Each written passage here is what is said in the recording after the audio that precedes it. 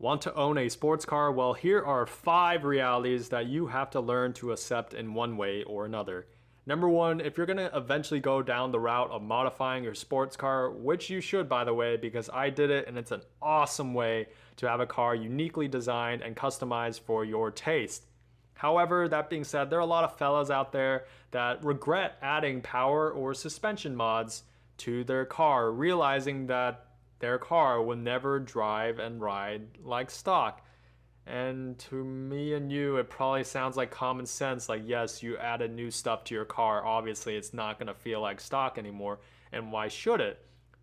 So, understand the only real way to get your car to quote unquote feel like stock again is to go to a tuner and he will try his damnedest to make your car drive as linear, as smooth as possible to stock, but it will never be like stock. So, in the words of Alejandro Flores, aka YOLO Douchebag, if you wanted your car to ride and drive like stock, you should have just kept it stock. And it's one of those unfortunate things that you don't really realize until you already modified your car. In which case, if you really don't like how it feels, you really only have one option, and that's to revert your changes. So make sure you do your research, and that's the kind of stuff you can expect. Number two, with high performance cars comes a lot of responsibility. Let's do one analogy that you guys could all understand. Let's say I'm the coach and I have a professional athlete. Let's say I treat that athlete like trash and just feed him or her trash. How do you think that athlete's going to perform? That's right, that athlete is not going to ever perform to their absolute best. Similarly, with a high performance car, if you treat the car like trash, don't follow its maintenance schedule, which, by the way, fellas, please, for the love of God, read your owner's manual. And at the very least, if you hate reading, just follow the maintenance schedule. It's literally 3-4 pages at most. So, yeah, with high performance engines, you have to, whenever the maintenance schedule says change your oil, for example, every 5,000 miles, you better be on top of that every 4,999 miles. You get the idea. These cars are going to reward you if you treat it right and give it the best of the best time and time and time again and again. So find the best gasoline, do your research, what's the best fluids for your car, and it will continue to reward you. There are a lot of naysayers saying that, oh, you don't ever need to flush your fluids for the lifetime of the car, and all I gotta say is those idiots will probably never be breaking records.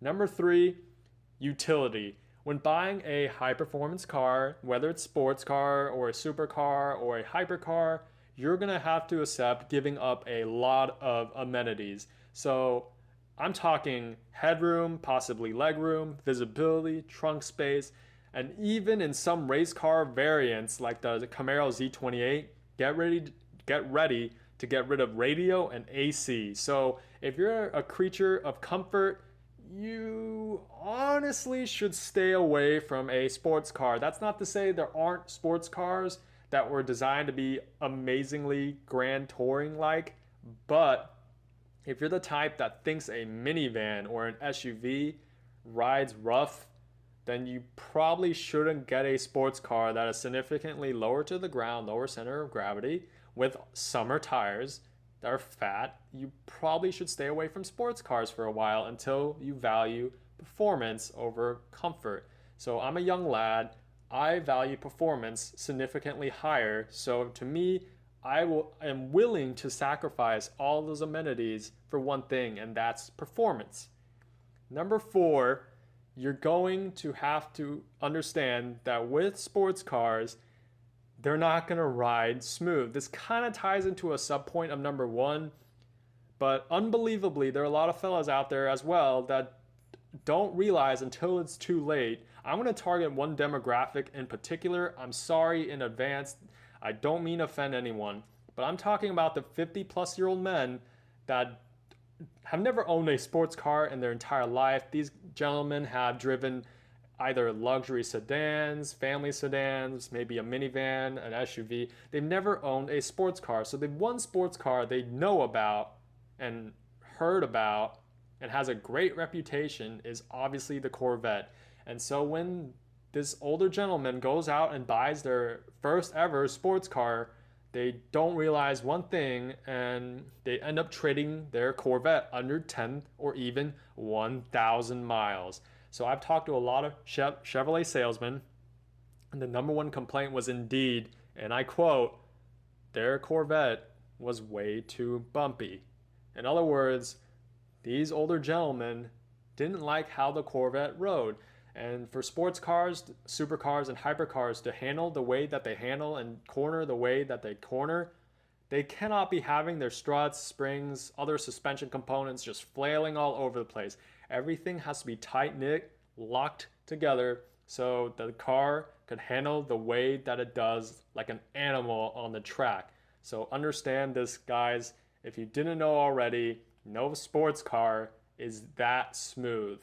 All right, there's some that are smoother than others, no doubt, but you are not going to be riding in a very cushiony luxury SUV. You're going to be riding like a camel on wheels or something, I don't know. Number 5, this is a fun one. This gets asked quite often without a doubt, but do sports cars get attention? Yes, they do. Of course they do. Obviously, the nicer your sports car, the more attention you get, the more head turning you get, the more compliments you get, the more people approach you and ask you genuine, interesting questions about your car because they're curious. However, that's not to say that you only get good attention, because that is not true. You will get a handful of people out there that will approach you or will give you a middle finger or will talk behind your back and you overhear them. I don't know if they're jealous, envious, or what, but there's a negative stigma with owning a sports car, and without me having to say it, I bet you guys already have that thought in your mind, and that is, any sports car owner is overcompensating for something. You've all heard it. It's often stereotyped with our demographic, but to me, I don't care what other people think. I'm going to be driving a car that I enjoy every day. Here's how I look at it, guys. Every day when I see my big hood outside my front window, my front screen, or whatever you call it, I fall in love with the car. I never road rage because I'm in a car that I absolutely enjoy. I'm not in some Toyota Corolla.